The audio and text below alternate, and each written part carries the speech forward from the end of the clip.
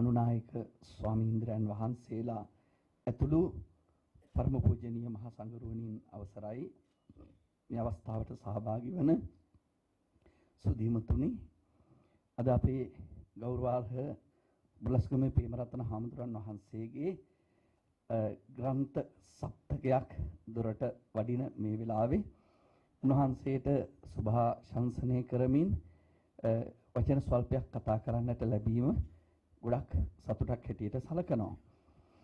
උන්වහන්සේගේ මේ ග්‍රන්ථ අතර මුලින්ම අභිචාරාත්මක සහ ආචාර සමාචාරාත්මක කාරණාවලට අදාළ ධර්මමය පදනම පිළිබඳව කියවිච්ච එම දේශනයේදී අපේ හාමුදුරන් වහන්සේ බොහෝ කරුණු ඇතුළත් කළා. මම මෙතනදී එක කරුණක් විතරක් අවධාරණය කරලා මිනිත්තු කිහිපයකින් මගේ කතාව නිමා කරන්න බලාපොරොත්තු වෙනවා. ඒකෙදි මම හිතුවේ මොකක්ද බුදුදහමේ පදනමක් නැතුව ඉදිරිපත් කරලා තියෙන එකම කරුණක්වත් තියනවාද කියන එක ගැන. මොකද අපේ ලෝතර බුදුරජාණන් වහන්සේගේ ධර්ම විනය මේ මොනම කාරණාවක් ගත්තත් ඒ හැම එකක්ම අට්ඨපත්තිකයි. අට්ඨපත්තිකයි කියලා කියන්නේ කිසියම් කරුණක් මත පදනම් වෙලා කිසියම් අර්ථයක් ඇතුව තමයි ඒ හැම දෙයක්ම ඉදිරිපත් කරන්නේ. ඒ නිසා අපේ සමාජයේ බොහෝ විට බෞද්ධයන් හැටියට ඔබ දන්නවා ඇතැම් උදවිය අපේ බෞද්ධ ආචාර විදි ආචාර ධර්ම චර්යා මේ නොයෙක් දේවල් විවේචනයට ලක් කරනවා. හැබැයි ඒ දේවල් වල අර්ථය ගැඹුර බොහෝ වෙලාවට සොයා නොබැලීම නිසා ඇතැම් වෙලාවට ඒවා හොඳට සොයාගෙන ගියොත් එහෙම තේරෙනවා ඇත්තටම මේකේ අපි මෙච්චර කල් මේ ගැන හිතුවේ මේ විදිහට නෙවෙයි නේද කියලා හොඳට තේරුම් ගන්නත් පුළුවන්. ඉදිරිසුණක් හැටියට ගත්තොත් අපේ හම්දුරනේ පහුගිය කාලේ දවසක මම බලාගෙන එක්තරා ඔය අර හම්දුරු කිව්වා වගේම දැන් එක කණ්ඩායමක් ඉන්නවා මේ ගැලරියට කතා කරන.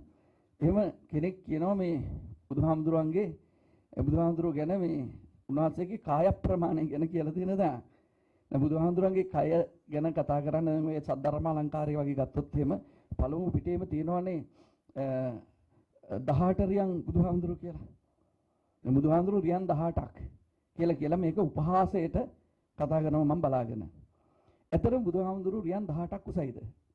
නැද්ද? මේ සම්බන්ධයෙන් අපි හොයාගෙන යනකොට අපිට ඉතා පැහැදිලිව පේන කාරණාවක් තමයි අපේ රියන ඔබ තුමන්ලා ළඟ ඔබතුමීලා ළඟ දැන් මේ වෙනකොට ඇති ස්මාර්ට්ෆෝන් එක තියෙනවා. ඔකේ සර්ච් කරන්න මේ අස්සෙක් මනින්නේ කොහොමද කියලා how to measure horse කියලා horse measure කරන්නේ කොහොමද කියලා බලන්න. ඊට පස්සේ ඒකේ තියෙන්නේ with hands වලින් තමයි measure කරන්නේ. ඒ hand එකක් කීයද කියලා ඒකේ දාලා තියෙනවා it is equal to 4 inches. අඟල් 4කට තමයි hand එකක් කියලා කියන්නේ. එතකොට මේ hand එකක් කියලා කියන්නේ මෙන්න මේ ප්‍රමාණය. මේකට කියන්නේ රියන කියලා. මිටි රියන කියලා මේකට කියන්නේ. මිටි රියන් 3ක් අඩියයි. අඩි 18ක් කියලා කියන්නේ හරි අඩි 6යි. ඒ කියන්නේ බුදුහාමුදුරන්ගේ උස අඩි 6ක් කියන එක තමයි ඔය 18 රියන් කියන එකේ පැහැදිලි විග්‍රහය තියෙන්නේ. කියනවා මම මේ සඳහන් කළේ 18 රියන් බුදුහාමුදුරු රියන් 18යි වඩු රියන කියලා කියන්නේ මේ ප්‍රමාණය. මිටි රියන කියලා කියන්නේ මේ ප්‍රමාණය. එතකොට බුදුහාමුදුරු 18 රියන් නැහැ කියන්න උත්සාහ කරපු මිනිස්සු මේ රියන කොච්චර දිගයිද කියලා කියන්න බැලුවේ නැහනේ. ඒ නිසා මම මේ ඕනුනේ සමහර කාරණා මේ සමාජ සම්මත වෙලා තියෙන කාරණා බව ප්‍රතික්ෂේප කරන්නේ. ඒ කියන්නේ නූගත්කම උගත්කමක් ලෙස සලකා ගැනීම මහා භයානකයිනේ. නොදැනුවත්කම මේ ඇටියට විවිධ මතවාද අපි හඳුන්නේ. මම පහුගිය කාලේ බලාගෙන එක්තරා එක ප්‍රකට දේශකයෝ අපි නම් කියන්න හොඳ නැහැ. එතකොට මේ පුද්ගලයන් වශයෙන් අර තියෙන නත්තානංච පරංච අනුපහච්ච කියලා තමනුයි අනුනුයි ගැටලා කතා කරන්න හොඳ නැහැ කියලා. නමුත් ප්‍රාණේ මේ කතාවක මේ තණ්හා රති රගා ගැන කියනවා. මේ තණ්හා රති රගා ගැන කතා කරන්න කියලා කියනවා. මේ තණ්හා රති රගා කියලා කියන්නේ මේ මොන මාර දුවරුද මේ සිතුවිලිනේ කියලා කියනවා. ඇත්තටම තණ්හා රති රගා කියන්නේ සිතුවිලිද? මේ අපේ සම්ප්‍රදාය තුළ ඒ වගේ දේවල් එන්නේ ඊට අදාළ දාර්ශනික පදනමක් එක්ක. බුදුහාමුදුරුවෝ ළඟට තණ්හා රති රගා කියන මේ තුන්දෙනා එන්නේ බුද්ධත්වයෙන් පස්වෙනි සතියේ. අජපාල නුගරුගමල වැඩ ඉන්න වෙලාවේ. එවනම් ඉස්සලාම මේවා සිතුවිලි කියන්න කලින් බුදුහාමුදුරන්ගේ බුද්ධත්වය ප්‍රතික්ෂේප කරලා ඉන්න ඕනේ. ඒ කියන්නේ බුදුහාමුදුරුවෝ බුදුනේ නැහැ කියලා පිළිගන්න කෙනෙකුට විතරයි බුදුහාමුදුරන්ගේ කෙලෙස් නැති කරේ නැහැ කියලා බුදුහාමුදුරන්ගේ කෙලෙස් ඉවර වෙලා නැහැ කියලා පිළිගන්නවා නම් විතරයි තණ්හා රති රගා කියන අය ගැන කියන්න වෙන්නේ. ඒ අය මේ සිතුවිලි කියලා.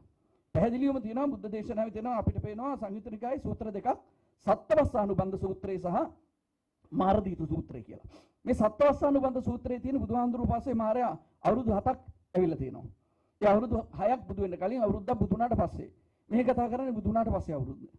ඊට පස්සේ අනිත් එක තමයි මාරදීතු සූත්‍රයේ තියෙනවා බුදුහාමුදුරුවෝ තමන්ගේ වසඟයට ගන්න උත්සාහ කරලා අසාර්ථක වෙච්ච මාරයා ඉන්නකොට දූල තුන්දෙලා ඇවිල්ලා අහනවා අපි ඔබතුමා වෙනුවෙන් තාත්තා වෙනුවෙන් උත්සාහ කරලා බලන්නද කියලා. මාරයා කියනවා කරන්න බැරි වැඩක්.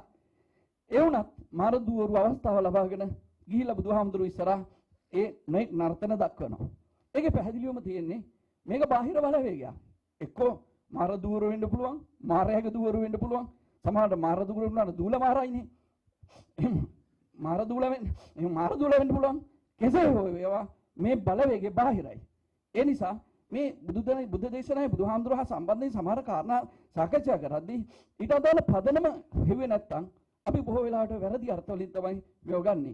දැන් මෑතකගේ අපි දැක්කා මේ දේශපාලනික කරගන්න හොඳ නෙවෙයි කාරණා. නමුත් අපි ওই ජයමංගල ගාථා හැම මේ ගැන කතා කරන්න පහුගිය කාලවල ඔය ජයමංගල ගාථා කියන්නේ නැති වැඩක් නෑ. ඒවා විපහදන් යනවා කියන පහුගිය කාලේ නතර කරපු සිද්ධියකුත් තිබ්බා. හැබැයි ඒ ආරම්භයේ දිගුවක් හැටියට තව තව දේවල් වලට යනවා කියලා පේනවා. ඇත්තේ අපි හාමුදුරුවන්ට මේ ජයමංගල ගාථා කියන එකේ මොකද ඇත්තටම පදනම? මේ ජයමංගල ගාථා කියන එක හරියටම පදනමක් හැටියට ගත්තොත් එහෙම මේ වගේ තියෙන දාර්ශනික පදනම හරි ගැඹුරුයි. ඒ ගැඹුරු පදනම ගැන දන්නේ නැති සාමාන්‍යයෙන් ඔය උඩ මතු පිට ජීවත් වෙන මිනිස්සුන්ට මේක මහ ලොකු දෙයක් නෙවෙන්න පුළුවන්. අතසෙම දැන් බලන්න. දැන් ඔකේ පළවෙනි ගාථාව අරගන්න. ඔකේ තියෙන මොකද්ද? බාහුං සහස්සම බිනිමිත සාවිදන්තං ගිරිමේකලං උදිත ගෝරම සසේන මහරං. දානාදී ධම්ම විදිනා ජිතවා මුනින්දෝ තන්තේජස බෞද්ධ ජයමංගලානි කියලා කියන්නේ. ඒ කියන්නේ දානාදී ධර්මයන්ගෙන් තමයි මේ මාර බලය දිනුවේ කියලා කියන්නේ. පාරමී බලය. වෙන මොකුත් ඕනේ. මෙතන කමල් ගුණත් මහත්තයා ඉන්නවා. එදා ඔය යතෝක්ත මං හිතන්නේ අර හැම නවවෙනිදාවකම පෙළට ආවනේ අපේ රටේ මේ මොනවද රැලි වගේ මොකද්ද කිව්වේ අරගල රැලි.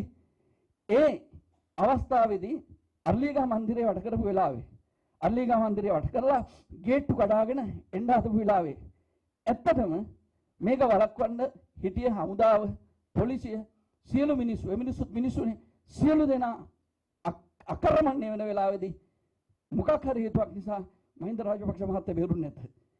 හිතෙන්නේ නැද්ද මේ තුලේ මේ සාමාන්‍ය බලයකට වඩා එයාගේ මේ මිනිස්සු අඩු ගන්න මේ කෝටි 2.5ක් කෝටි 2යි කාලෙක මිනිස්සුන්ගේ ජීවිත අබේදාන දුන්නේකේ බලය නෙමෙයිද මෙතන වැඩ කළේ? නැත්තම් ගඩා පිට වෙන වැඩ වෙන්නේ නැද්ද? ඒ නිසා දානාදි ධම්ම විදිනා කියලා කියන්නේ මිනිස්සෙගේ පාරමී බලයක් අවසාන වශයෙන් යම් වෙලාවක මිනිහෙකුට ප්‍රයෝජනවත් වෙන වෙලාවක් තියෙනවා. මට හිතෙන්නේ මෙන්න මේ ගාථාවේ තියෙන කතාව තමයි එදා මේ මහා මාර බලයක් නේද? බාහුන් සහස්සම බිනිමිත දහස් ගාණක් ඇවිල්ලානේ. මේ සියලු දෙනා එකතු වෙලා එක අරමුණක් කරා එනවා. හැබැයි එක මිනිස්සෙක් තියෙනවා මේ කෝටි ගාණකට අබේදානේ දුන්නු මහා බලයක්. අන්න එතන ඒක ක්‍රියාත්මක වෙනවා. ඒ නිසා මේ මේ ජයමංගල ගාථාවේ තියෙන පළවෙනි කාරණාව තියෙන්නේ මිනිස්සෙක්ට ජීවිතයේ අභියෝගාත්මක අවස්ථාවකදී ඒ මිනිස්සයා කරපු හරි දේවල් Tamanට උදව්වට එනවා කියන මේ කතාව. ඒ වගේම බලන්නකෝ මාරාතිරේක මබියුජ්ජිත සබ්බරත්තින් ගෝරම් පනාලෝක මක්කමතද්දයක්කම්. ආලෝකයක්ෂය මොකද ඇවිල්ලා කරන්නේ? ආලෝකයක්ෂයාගේ ගෙදරට බුදුරජාණන් වහන්සේ ගිහිල්ලා ආලෝකගේ භාර්යාවන්ට ධර්ම දේශනා කරමින් ඉන්න වෙලාවේදී ආලෝක ඇවිල්ලා බුදුහාමුදුරන්ට කියන්නේ නික්කම සමන කියලානේ ශ්‍රමණේ නික්මයෝ කියලානේ. එළද බුදුහාමුදුර එළියට බහිනවා. පවිස සමන ඇතුළට එනවා. නික්කම සමන එළියට බහිනවා. ආයි පවිස සමන ඇතුළට එනවා. මෙහෙම කීපතාවක් බලන් ඉන්නකොට මේ කතාවේ මුල හරිය බලන් හිටිය කෙනෙක්ට පේන්නේ මොකද්ද? බුදුහාමුදුර ආලෝකයට සමන වුණා වගේ. හැබැයි වුණාට අන්තිමට මොකද වෙන්නේ? කතාවේ අවසානයේදී ආලෝක බුදුහාමුදුරන්ට දමනය වෙනවා. ඇත්ත වශයෙන්ම ගත්තොත් මේකේ කතාව තියෙන කන්ති සුදන්ත විදිනා. දරා ගැනීම, දමනය මේ ඇතුළේ තමයි ජීවිතේ ජයග්‍රහණ තියෙන්නේ කියලා. දරා ගැනීම ඇතුළේ, ඉවසා ගැනීම ඇතුළේ, අනුගත වීම ඇතුළේ. නේ? ඉතින් පහුගිය කාලේ දවසක් අපේ හැමදෙරේ මට ආරාධනාවක් ඇවිල්ලා මගුල් ගෙදරක. ඉතින් මේ මගුල් ගෙදරට ගියාට පස්සේ පිරිත් කියන්න ගියා. යාර තරුණ යෝඩුවක් අපේ විශ්වවිද්‍යාලේ මමයි මහාචාර්ය චන්දිමු විජයමණ්ඩාර මෙතුමා අපි එතුමා ඉන්න කාලේ ගියේ. ඉතින් මේ මගුල් ගෙදර ගිහිල්ලා ඒ තරුණ ජෝඩුව ආවට පස්සේ අපි ළඟට සර් කිව්වා හඳුනේ පිරිත් කියන්න කලින් මේගොල්ලන්ට පොඩි අවවාදයක් කරන්න කියලා. ඉතින් මං කිව්වා සර් මේ අපි මේ ඔයාලට අවවාද කරන්න ඕනේ සර්ලානේ ඔක දන්නේ ඔකේ අමාරුව. ඉතින් ඒ සර්ම කියන්න කියලා. නෑ නෑ හඳුනේ those who can do those who can't teach කියලා කතාවක් තියෙනවා. ඒ නිසා බැරි අය තමයි කියා දෙන්නේ. එහෙම කියලා මට කිව්වා බෝවන්තම කියලා දෙන්න කියලා. ඊට පස්සේ මට දැන් මොනවද කියන්න ඕනේනේ. ඊට පස්සේ මම මේ ළමයින්ගෙන් ඇහුවා මේ ළමයි අපි බුද්ධි ස්ටඩීස් වලම ඉගෙනගත්තු ළමයි දෙන්නේ තමයි මේ කතාවද වදින්නේ. මම ඒවා දැන් ජයමංගල ගාථා කියලා නාවේ. ඇයි මේ ජයමංගල ගාථා කිව්වේ කියලා. මේක ටික ඔක්කොම ආශිර්වාදයට කියලා. මම කිව්වා ජයමංගල ගාථා කිව්වොත් ආශිර්වාදයක් ලැබෙනවා තමයි. හැබැයි කෙරුවොත් ඊටත් වඩා ආශිර්වාදයක් තියෙනවා කියලා. දැන් කවුරුත් මූණ බලාගෙන ඉන්නවා.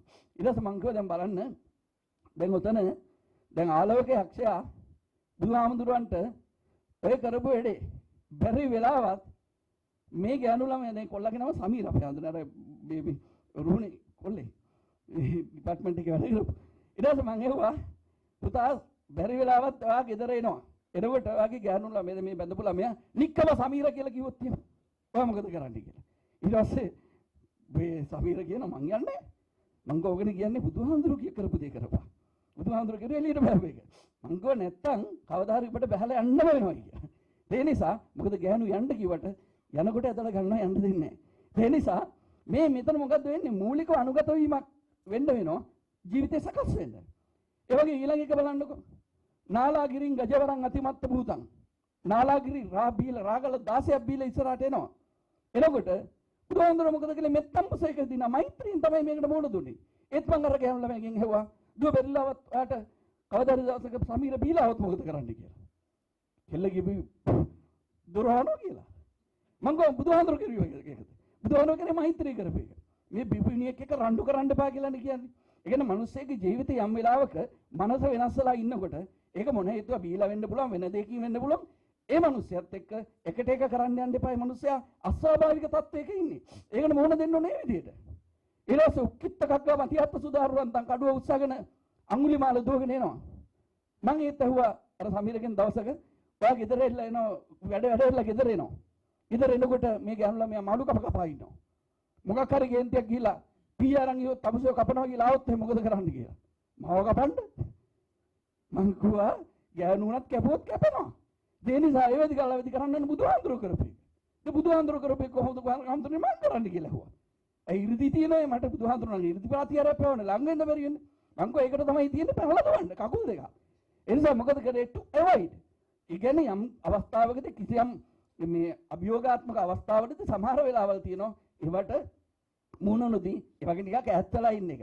ඔක පරිවර්ජනා පහතබ්බ කියලා සබ්බසෝ සූත්‍රෙත් තියෙන්නේ සමහර වෙලාවල් වලට ඈත්ලා ඉන්න ඕනේ. එතකොට ඒකේ පදනම මොකද්ද?